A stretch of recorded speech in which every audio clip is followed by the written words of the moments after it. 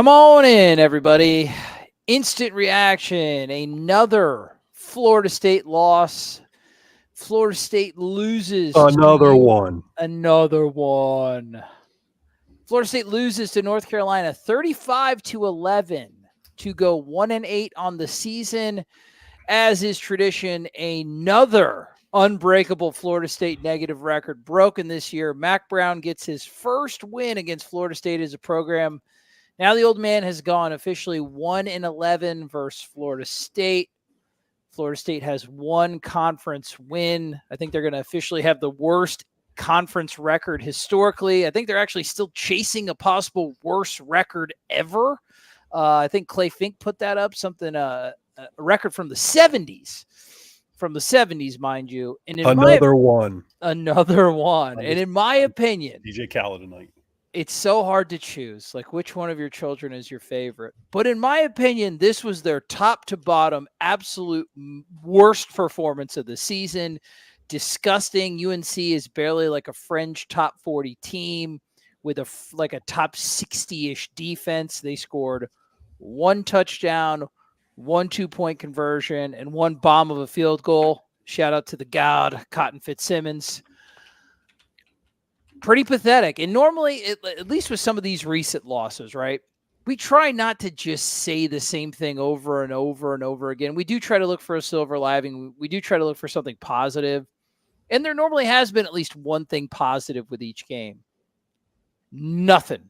Every single unit played like garbage. There was actually some instances of like quit tackling on the play. The offensive line was horrendous, and these were your guys. And the ones that really stood out to me were your starting tackles, who were your starting tackles at the beginning of the year, got absolutely sunned. Your secondary was atrocious today, and that Hampton kid had about like 87 touchdowns. I can't think of one unit that I was pleased with or I thought played okay. Maybe I thought Omar Graham looked okay again, if I'm thinking of certain names, and then Fitzgerald. I don't know, guys. I didn't expect them to win, but this is one of the few remaining winnable games. Another one on the schedule. Like this is the last remaining winnable FBS game on the schedule. And I don't even know what I'm going to consider winnable anymore. And they gave their worst performance of the season. I'm trying not to get apoplectic. I don't know if people want us to rant and rave for like 30, 35 minutes. Because I don't want to do that. But, man, I don't really think there's anything positive coming from this game whatsoever. Adam, I've got a positive. Kevin, please. Yeah. It took them 8 games into the season to realize that these wide receivers who they took purely for speed, who don't run great routes and aren't great perimeter blocking and aren't great catchers, it took them 8 games to realize, what if we just run vertical routes against all this press coverage we're seeing? So they did finally figure out that the identity of this offense is the vertical passing game. It just took them a long time, and it even took them half of this game to figure that out. So there is a bonus. This was by far the most explosive game they've had because they threw deep to fast receivers. I don't know why it took so long to get there. For context, they were. I'm not saying the offense is good. But yeah, he's like it's something. Most explosive relative. They were 8 of 18 in the passing game for a grand total of 159 yards, 201 total yards compared to 500 for UNC. I'm broken. I don't know, guys. Like, I don't know what you want. This is our 9th game of doing this instant reaction stuff. People are asking me on Twitter, like, how do you guys do this? And it's like, I don't know anymore, dude. They hand me my rifle and I go out to the battlefield and I'm shell shocked. I don't know what to do anymore. Adam, what about you, man? Like this was a legitimate in a season of disappointments. This one is going to be one of the ones that sticks with me, I think, afterwards. That's a great analogy for my people watching on YouTube. Adam, what about you? What do you think overall? Like this was a really pathetic, embarrassing performance. Yeah, this was I don't know. There's so many people that want to have is this worse than anything Willie ever put out there and all those conversations. And this is right up there with that Miami game that Willie lost and got fired after so many years ago. I mean, we were talking before we started, is this the worst performance we've seen out of a Mike Norvell football team. And immediately my mind goes to Miami in his first year. But he was out with COVID in that one. Mm-hmm. This is an infinitely more talented team than that one, in my opinion. Jacksonville State is always the one that. Yeah, Jacksonville State. I mean, there were a lot of really ugly ones that first year. I can remember NC State. You couldn't stop a glance route. I don't know. All things being considered, coming off a 13-0, what you have on this roster, like, yeah, I mean, I think this is probably the worst. I don't know, man. Mike talks about evaluating every week, and like, people are asking good questions of Mike, and I know he's only going to answer and say so many things, but like, I need a follow up about what the hell he's evaluating. Like, is he just sticking his head up his butt and saying, "Oh, things look good in here"? Like, yeah. Because whatever he's evaluating, it's not. Yeah, he's the evaluation. Yeah, the evaluation of this team is over. It's time for action. Now, whether you want to debate on whether that action is purely, I don't know, is purely like figurehead action. Is it symbolic? Is it actually going to have a fire in this guy or that guy? Is that actually going to make it a change in the middle of the season? Is that actually going to have like a tangible effect on the season? I don't know, but you're at the point now, and I had some buddies that, for the love of God, praise them. They decided to actually attend this game in person. They were in the Champions Club. I think they've been to funerals that were more lively. Like, it is depression up there, and that is where the money is. Like, you're going to have to start doing some things that may not make sense, but are symbolic as like olive branches to this fan base, because you have let, like, this team has let down this school, this fan base, and the community in a way that I am shocked still that I never would have in the spectrum of possibilities of what I thought for this year. I'm still having a hard time comprehending the one that I'm living through right now. Like, you're going to have to start, the evaluation time's over.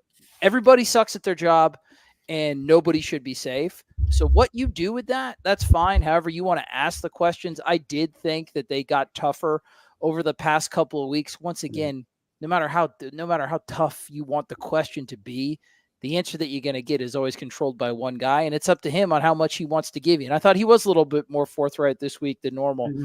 But, dude, if you're saying you're still evaluating,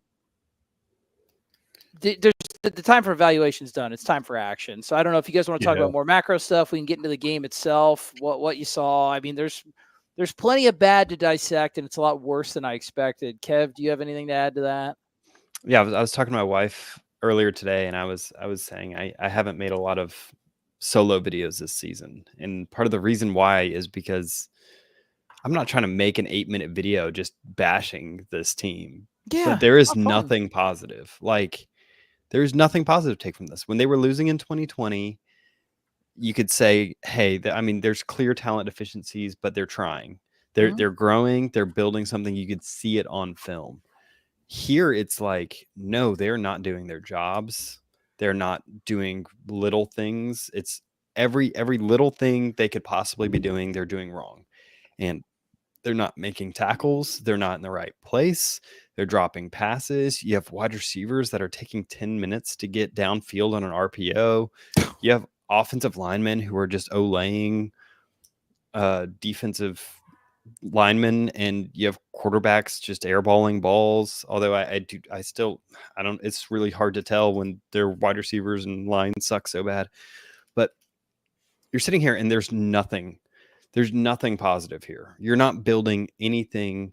You're not growing towards anything. I've been racking my brain to try to say, like, what is a video I can say where it's like, hey, here's a kernel of hope that they can be building towards?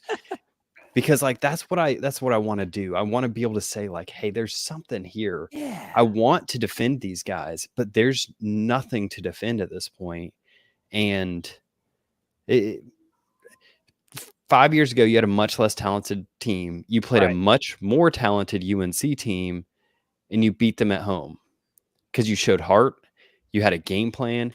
Your guys came out and performed. There was some semblance that this was a football team coming together. And I think this is a perfect microcosm in his first year to this year.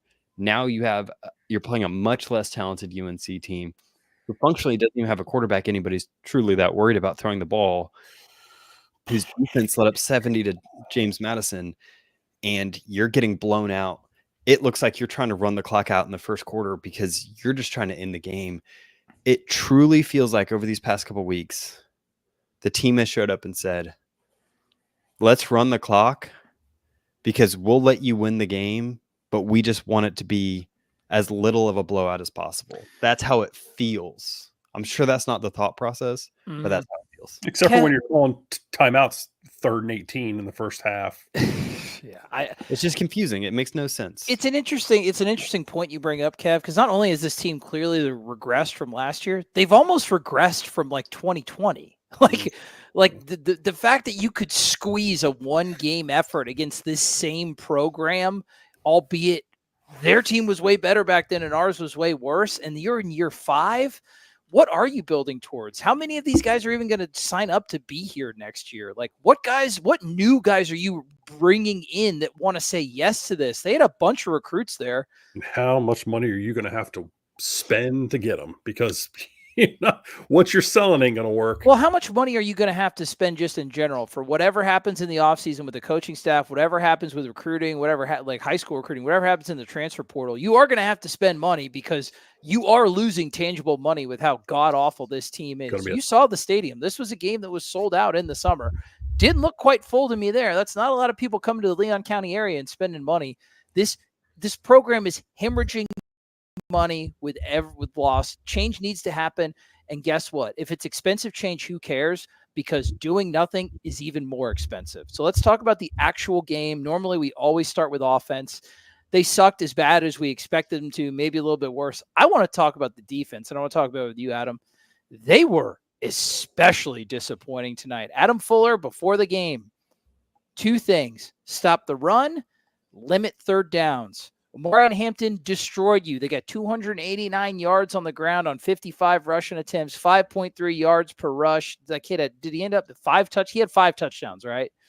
I don't know. He had a lot. And on 3rd downs, once again, you were absolutely atrocious. I think UNC was 11 for 16 on 3rd downs, many of them long. Adam, what did you see from this defense? They were in a rare statement, they were just as bad as the offense tonight, in my opinion. Quit, and more quit, and then some more quit after that. Their desire to be out there has left the building. I mean, they're not interested. There's some guys, and I find it interesting that Mike in his post-game press conference said that guys, he didn't feel like they quit. I mean, just give me some sincerity, buddy. Come on, man. Just a little bit of, just an inch of sincerity. It would go a long way. Yeah, they either quit or they're terrible. So, like, what do you... Take your point. Dude, you could tell from the tackling attempts from the secondary. That unit looked really checked out to me. There were many easy completions. It's about what you would expect. It's what we've made fun of Miami for years. They got put through. They got to Florida State, lost, and then their season was over. I mean, that's where you're at. You had guys that were wanting that Miami game. It's over. Their season's done. They're just going out there because they've got to at this point. And it just wasn't a lot of great effort. I mean, top to bottom. I missed the first quarter, but I saw the second, third, fourth quarter. Just guys kind of get into a spot and let's see what happens. If they had got there and needed to make a tackle, they weren't going to do it or weren't going to give great effort to do it. Unfortunately, you lost Juice Cryer in this game. Hopefully that's not a super duper long-term injury. Absolutely. And it felt like the run game went off whenever he went down. I don't know if that's true. You just got guys doing your own things. There's been a lot of excitement around Blake Nicholson. He is in 9 games into this season. He is showing he can't figure out which way to go. Omar Graham is a guy that's developed, but he's limited physically, and it's not a guy you want to be playing full time. He had a good first quarter. He was one of the ones that you want to talk about, played with pride. That goal line stand, that's why it was even more confusing what happened later in the game. They did show pride when UNC got to the goal line for the first time. They stopped him with a great, and then it went so fast. People, I mean, guys, the opposing staff figures out, okay, they haven't changed anything, so we can just keep attacking this. And at some point, man, like, that defense goes out there and sees what the hell's going on with that offense, and the fact that they had given up more sacks than they had completions in the first half. 5 times more. Why would they play hard? What would be the point? Pride? I get all that. These guys, they're collecting their checks. I mean, You've Yeah. created some of that culture with how you've handled retention this offseason. And I mean, you made your bed, you got to lay in it. And there's not a lot of pride for that jersey right now on the defensive side of the ball. Clearly not. Schematically, anything that jumped out at you, though, Adam, from what they did? I mean, UNC knew once again, another game where UNC did not have to go to their second order level of plays. The first couple of things that they wanted to do, they were successful all night, and they didn't really have to change. We don't fit interior runs well at the second level. We don't fit exterior runs well at the third level. And there you go. I mean, it's been the same story all year long. Kev, anything that you saw on the defensive side of the ball that you want to stick out? I thought once again, the secondary to me was the one that really stuck out. Not only were they disappointing in tackling effort and run fits, there were so many easy completions tonight. And I don't know if that's more of the coverages that were called or the technique used, but what stood out to you from the defensive side of the ball? Yeah, so not really a surprise. They kind of went back to a staple against what has been a staple against FSU, which is kind of going to a trips look, overloading one side, and then kind of blocking down on a safety and forcing cornerbacks into run fits. There was that really long run with where Marion Hampton just broke out, and AZ Thomas just wasn't aware that a run play was happening and didn't want to be involved. And so he chased him down and gave him a horse collar about 30 yards downfield. But it's just stuff like that. These teams, it's out there how to get the corners into run fits, and that they don't want to be in run fits, that they're not willing to tackle people.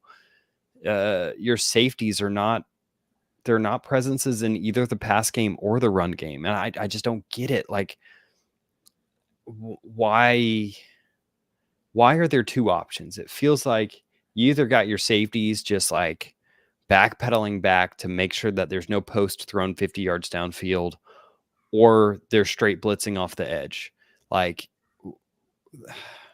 watch these other teams. They've got safeties that can kind of play that soft middle, take away those glances, take away those slants, and come down to the run game. Like, guys that want to tackle somebody, guys that want to be there. Your safety should be some of the hardest tacklers on your team, and they're not there, but they're also not presences in the pass game. So you've got just linebackers and corners just one-on-one all game long, because we're dropping our safeties back 40 yards. And there's no help. Yeah. I just don't understand what you're playing with two men down essentially on most of these snaps, unless you're blitzing them.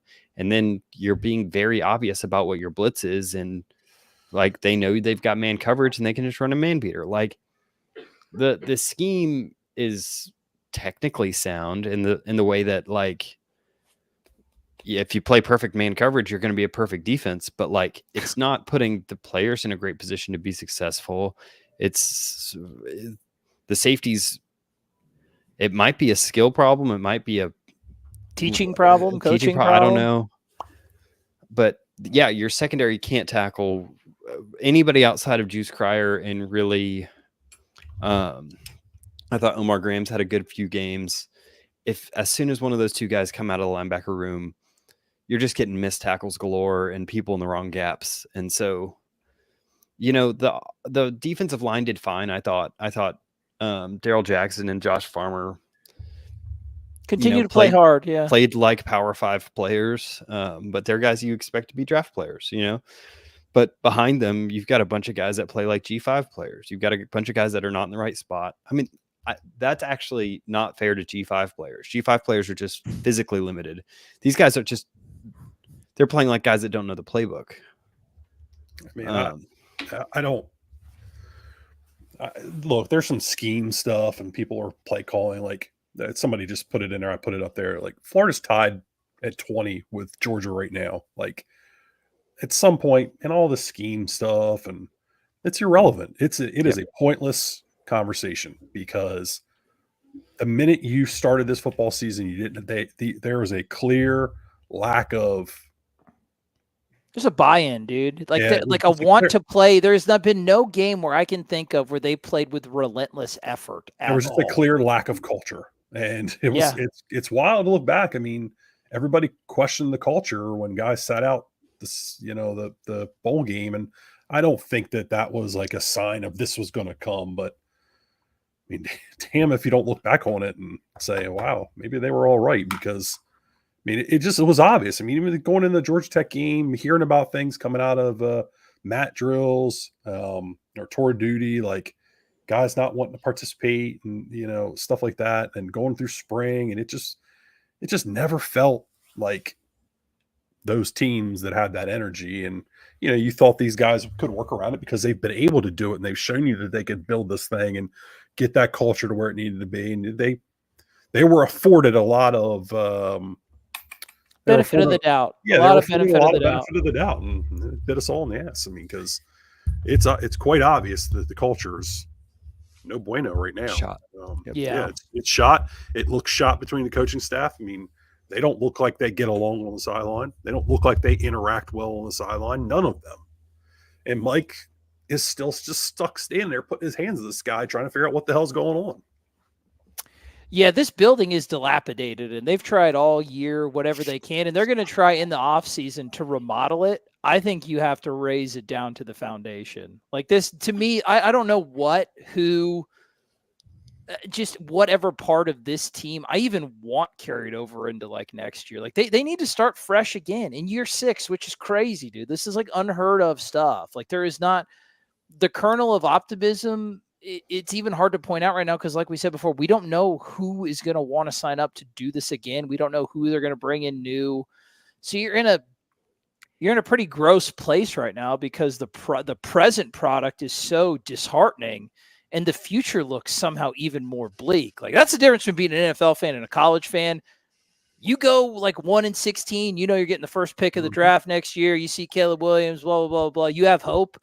That's the crappy thing about being a college football fan, dude. You suck this year, that's going to affect all the people you can get next year. There is no hope unless it's just going to take a Herculean effort from a staff that not only is the culture eroded between the players, the culture has eroded from the coaches to the players. I think the culture's eroded with the coaches themselves. I don't think they trust what everybody's doing. Like nobody trusts anybody on this team, and it shows on the field. They want to get off of it as quickly as possible. The only problem is you're trying to get a whole like tens and thousands of people and millions all over the world to actually care and put their own money into this program, man. It's not going to work. The whole thing is bad. Let's get to the offense. It's so tough to just focus on this micro horse stuff because I just want to keep pulling it out to the macro because it's so inconsequential. They're probably not going to win another game this year. They're probably not. I don't think I'm going to pick them to beat Charleston Southern. Maybe we'll do a little Charleston Southern research, but like they're probably not going to win another game this year. They might. So this year, like I want to care because it's my job to care, and I want to break it down for the viewer because they deserve it. Mm-hmm. But it's so inconsequential. It's so meaningless. It's all about what they do for the future. It really is. And that's crazy because you've got a high-profile game against Notre Dame. You have the most important game for a Florida State fan on their schedule against Florida, Thanksgiving weekend, and I don't care about it. And I'm an objective analyst, as objective as I can be, dude. As objective as I can be. But I'm an analyst. I can't. So if apathy is setting in for me heavily, I can't imagine for all of you guys. Thank God bless you for being on this broadcast. But they are losing money every second until they start communicating a new message to the fans that there's going to be some actual accountability and change made. Okay, back to the micro offense. It looks like their strategy was to give each quarterback a quarter. I'm fine with that actually, as compared to last weekend. If you want to evaluate both of them because you need to make a choice because I think one of these guys is going to go. If this is the methodology on how they want to do it, I'm actually okay with it because at least it was consistent as compared to weeks past from what we've seen. Kev, what did you see out of the quarterback play? What did you see out of the scheme? It did look like they dialed up a couple of open plays that were either misfired upon from the quarterback position, destroyed by tackles for loss and sacks. I don't know how many there were, or ACC refs, which, that's what we deal with. What did you see from the offense, though, Kev, and the quarterback play? Yeah, the basic running game looked a little bit better outside of the whiffed blocks where you would get like a 5-yard run, a 6-yard run, a negative 3-yard run.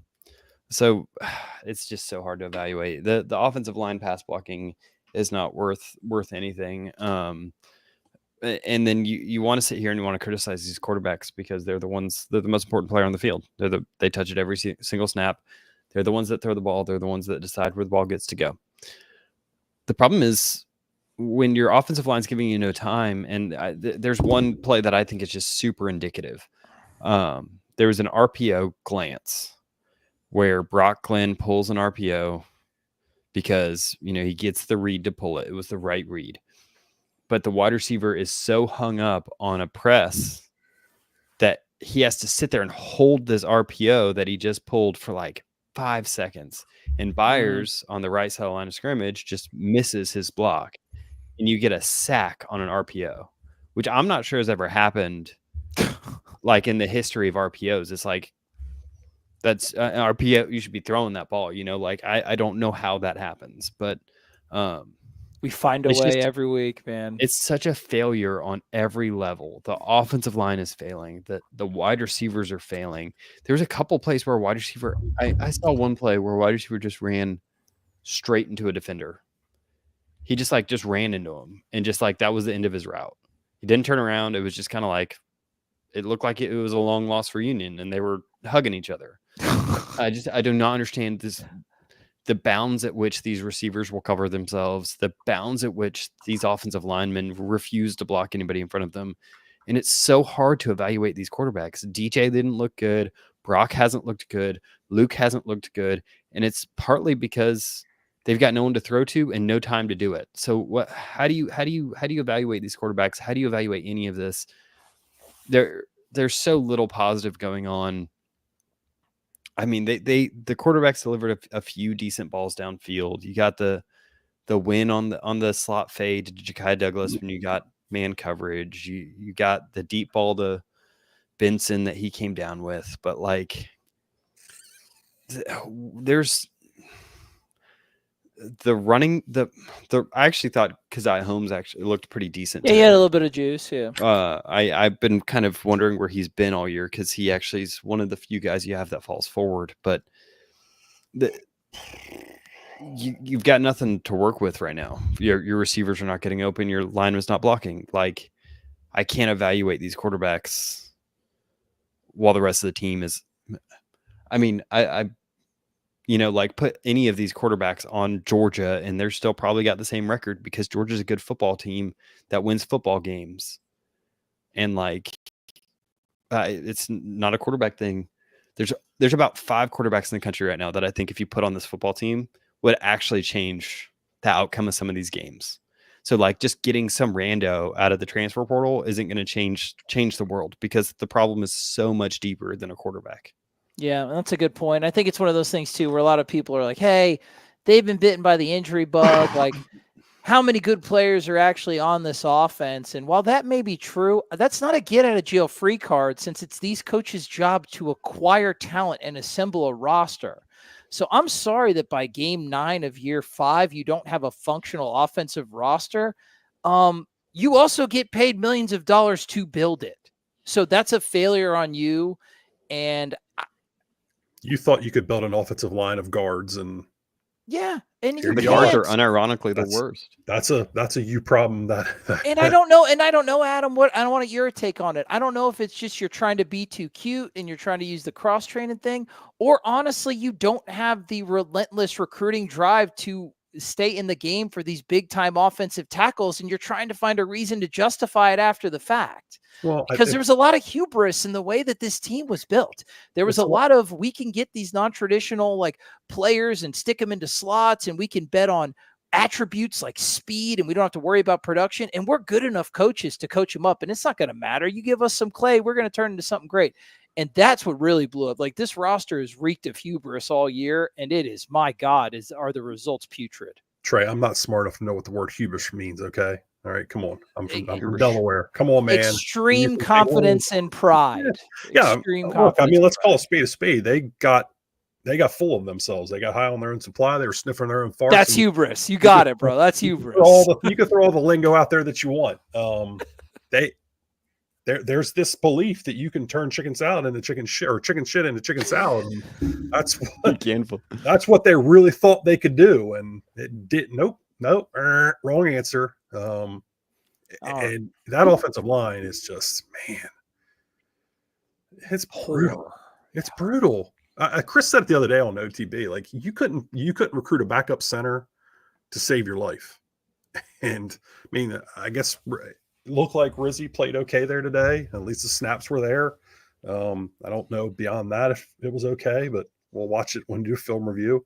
Oh, It is inexplicable how Darius Washington has gotten to be as bad as he has this year. And I love Darius. Everybody does. That's a young man worth rooting for, has poured everything into this program. If anybody can explain that product, I mean, I please do so, because I'm dying to know. Myers has gotten worse too, man. Yeah, he's gotten worse, and they had this whole concept of what they were going to do with pass setting. They're going to short set on things because they knew Bless had some weaknesses in his game. Maybe you should have put him at guard and found somebody else to step in there. Like, I don't know, man. Their ability, their evaluation of that group in and of itself is the definition of hubris. And I think it goes back to Atkins talking about in the preseason.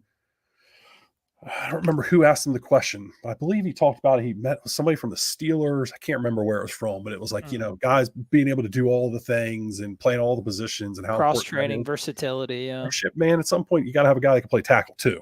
Like, should be taking offensive advice. They can go all over the place, but at some point you got to have a guy that can play that position and not be his primary position. He's good at that. It'd be nice if he could slide at guard too, but you need a tackle body.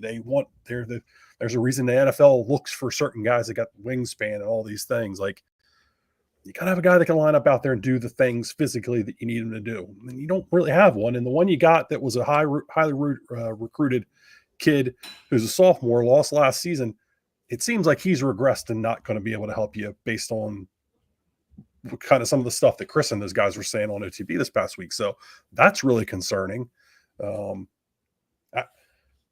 Bullseyes on that position right there. Like, I'm not one to sit in here and call for people and do those types of things. And that's not what I'm trying to say, but damn, if you better not start there. It's looking at it, evaluating Florida. Yeah, exactly. Because it is so important to everything you do. And it has been so bad at this school for so long. And even when it was average, it seemed to be average now, if you're looking at it in hindsight, based on the other offensive skill guys that were around it, the quarterback and the running backs that you had, man. Like, an average is about as good as you've ever had it at this school. And that was like what, in 2022 was probably like their best high performing offensive line and running game. It's really, it's unconscionable, dude. Like, you evaluated it and thought it was going to be your best. No, dude, this isn't Illinois. Like, this isn't an also-ran. This isn't like an Arizona State or an Arizona. This team has 3 national championships in the past like 30 years. Like, this is a premier program. We should start at like this season that they've had. It's starting to get more and more fathomable because it's some that we've sat through as a Florida State fan, but talk to a Florida State fan in 2014, even 2015, 2016. Would you ever be staring down the barrel of a 2, maybe 1 loss season? I would have started bleeding out of my ears and been like in a catatonic state. You would have had to put me in a psychiatric unit because I don't have the imagination to comprehend what this looks like. And now it's becoming commonplace where it's like, oh, well, okay, they suck again. I guess we're going to suck this year. Probably going to, win 4 or 5 next year. Hopefully we can claw back to 8 3 years from now. That's disgusting, dude. Like, that's not, now you're talking like old school Nebraska. Like, that's when you start talking about losing it for good. And that should really scare the administration at this program, because you're in the most pivotal point in this football program's lifespan right now. You are fighting in the middle of conference realignment. You are fighting to keep your place as one of the blue or newer blue bloods, as one of those schools that people look to that has the ability to win national championships. Because when you hit that Mendoza line of being able to win a national championship, and when you scoot over to where you're not there anymore, dude, it is impossible to get it back. And if it does, it takes decades, not years. You are staring down that possibility unless things change immediately. I don't really have anything else. I am tired of talking about this team. I have a nice bolognese on the stove that I need to stir. Yeah, food is the only solace that I have right now. Do you guys have anything else to add before I just get out of here? And I guess I'll go watch Mike Norvell's press conference and see if there was anything in there that sounded anything remotely different than what I've heard every single week. Another one. Anything else? My DJ Khaled's. Anything else? No. I think we've said it. We've said it every week. I mean, Mike's going to have to evaluate, and he's going to have to decide who's not going to be back here to help this program next year. I know there's a lot of conversation about like Mike being fired. Like, I don't think Mike's going to get fired. I don't know if I believe that he should be fired. That's probably a hot take at this point, but like I think the potential's there for Mike to fix things. But what did you think about the Mac Brown? Let's have that really quick conversation. What do you think about Mac Brown? What do you think Mac Brown told Mike Norvell after the game when he pulled him in for the old neck hug? Oh yeah, when he pulled the old Harry Potter Voldemort and like, one of us will die in the wreckage, brother. Yeah. Honestly, dude, you're a great young coach. You've done this before. I know this is a tough season. It's okay. Don't let the outside get into the inside. You're a hell of a coach. This is a great place. You're a great man. You got yourself a great team. Mike's trying to escape. He pulls him closer. No, like I said, you're a good man. Sometimes you're not the better man today, and you just keep doing what you're doing, son. And you just. I like to imagine that all head coaches just speak just in their day-to-day life in empty platitudes. He looked like Mike wanted to put his head on his shoulder and cry. Bro, well, so do I, man. Every time I watch this team. I was just thinking about it. Mike needs somebody. A mentor, maybe, dude. What's Todd Graham doing these days? And F Todd Graham. I thought he got in trouble. He did.